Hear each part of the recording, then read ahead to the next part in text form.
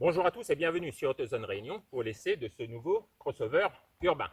Alors, la gamme de SUV chez le constructeur allemand est assez énorme.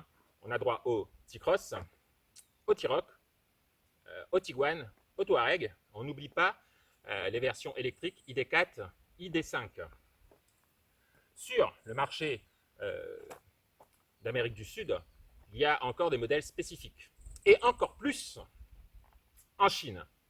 Alors, en Europe, on a droit à ce nouveau crossover urbain, donc le Taigo, qui va se positionner entre le petit T-Cross de 4,11 m et le T-Roc de 4,24 m. Alors, lui, il fait 4,27 m. Néanmoins, contrairement au T-Roc, il ne sera disponible qu'en version 2 roues motrices. Alors, à La Réunion, le concessionnaire a décidé de l'importer qu'en finition Airline, pour le moment. Alors, ça rajoute cette grille de calandre spécifique, badgée Air.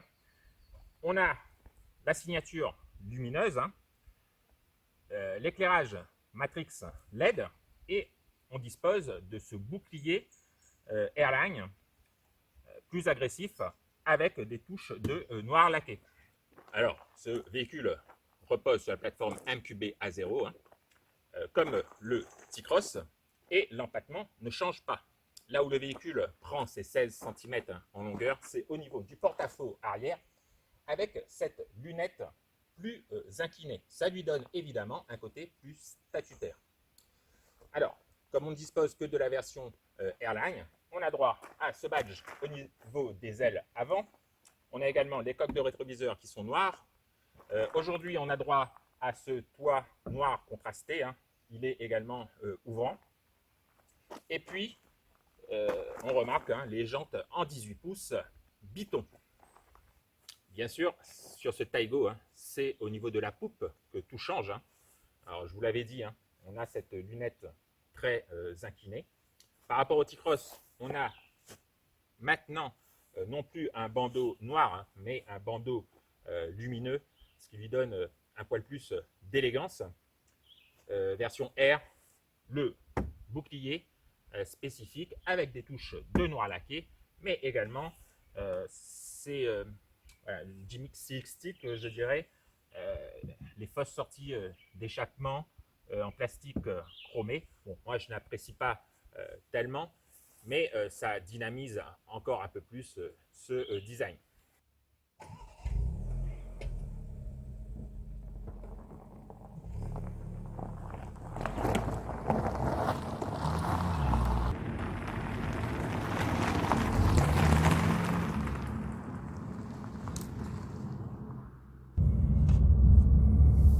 Alors, bienvenue donc dans ce nouveau crossover urbain. Au niveau de la planche de bord, c'est celle de la Polo restylée, si je ne me trompe pas. Alors, on est dans la finition Airline, comme je vous disais, la seule disponible à La Réunion. Donc, on va avoir automatiquement l'instrumentation numérique, 10,25 pouces. L'écran couleur 8 pouces, lui, il est de série. Alors, au niveau pour Volkswagen, l'ergonomie est assez simple. Et puis l'écran toujours réactif. Au niveau des équipements, tout ce qui est classique, maintien dans la voie, régulateur de vitesse adaptatif. Alors on doit pouvoir disposer de la navigation, caméra de recul. Pour la finition, ce Taigo est dans la bonne moyenne, puisque moi je trouve les matériaux de bonne qualité, jusqu'à la moitié de ce tableau de bord. Ensuite, bien évidemment, ça devient un peu plus plastique chip en partie inférieure. Mais l'ensemble me paraît par contre costaud, solide, ça inspire confiance. Alors dans cette finition Airline, je trouve l'ambiance un peu triste. Finition Airline, c'est des plaquages, voilà, c'est gris anthracite. La sellerie, pareil. Des nuances de gris, de noir. L'habitabilité n'évolue pas par rapport à un T-Cross, puisqu'on dispose du même empattement. Finalement, il y a assez d'espace pour les jambes à l'arrière. Alors, on ne dispose pas non plus de la banquette coulissante dans le Taigo par rapport à un T-Cross. Donc, on ne peut pas faire varier la capacité de chargement. Néanmoins, avec ce porte-à-faux agrandi sur ce Taigo, on a un bon coffre de 438 litres. Très bien pour les familles.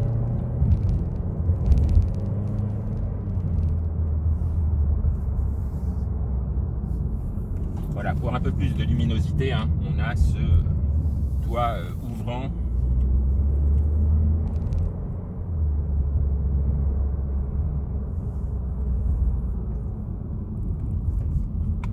Alors, côté motorisation, on dispose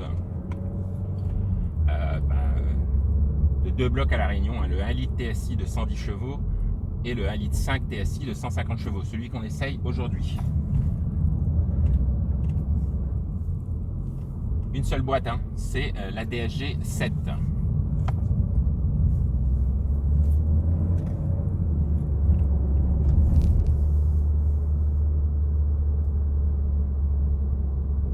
Alors le 1 litre 5 TSI de 150 chevaux, je ne pense pas l'avoir déjà essayé. Bon, finalement, il a bien assez de coffre et de couple. Mais son accélération est linéaire. Puis la sonorité moteur, pas forcément hyper excitante. Mais tout ça associé à la boîte DSG7, on a un véhicule tout de même assez performant. Alors ce véhicule s'équipe donc de la plateforme MQB A0. Il sera donc disponible uniquement en 2 roues motrices, comme le T-Cross.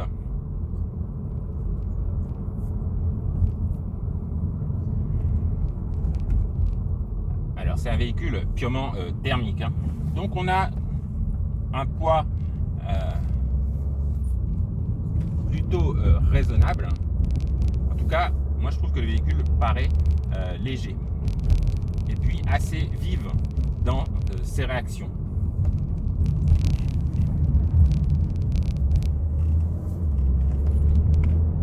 On peut passer la boîte en sport. Alors cette boîte, on va avoir quelques petits à-coups en ville. La DSG7, elle est connue pour ça. Par contre, dès qu'on roule, on est sur chemin sinueux ou bien évidemment sur national, les passages de rapport se font très naturellement. Donc elle est toujours aussi sportive, cette boîte.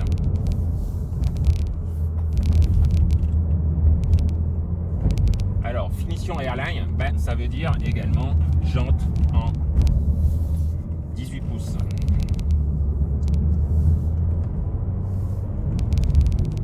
Plutôt large.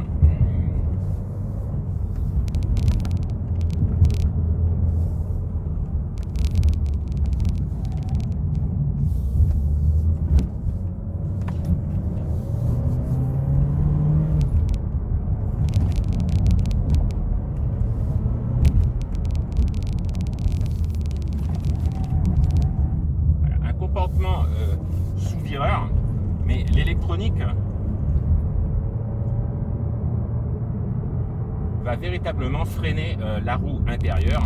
Donc on va avoir ce petit effet de basculement entre le train avant et arrière.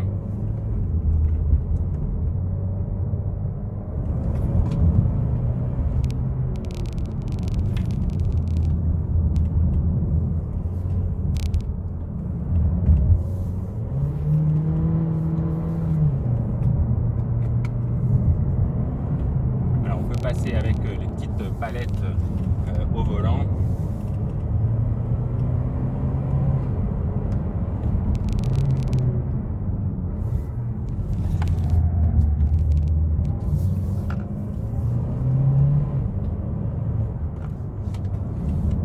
Voilà, c'est relativement sain, mais très rassurant avec ce côté sous-vireur.